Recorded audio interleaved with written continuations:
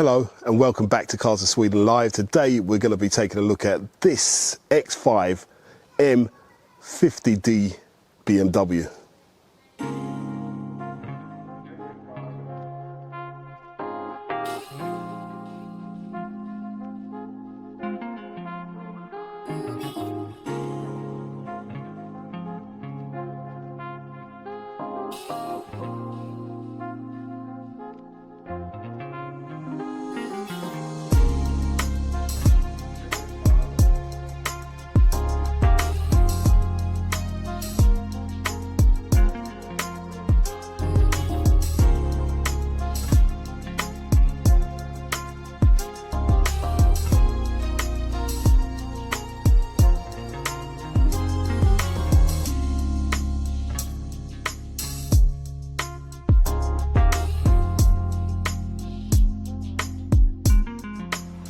Now, as usual, it is chucking it down here in Sweden. That's why it's been quite difficult getting these videos out recently.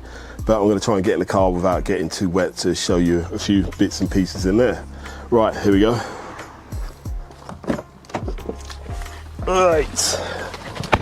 Okay, here we are in the driver's seat.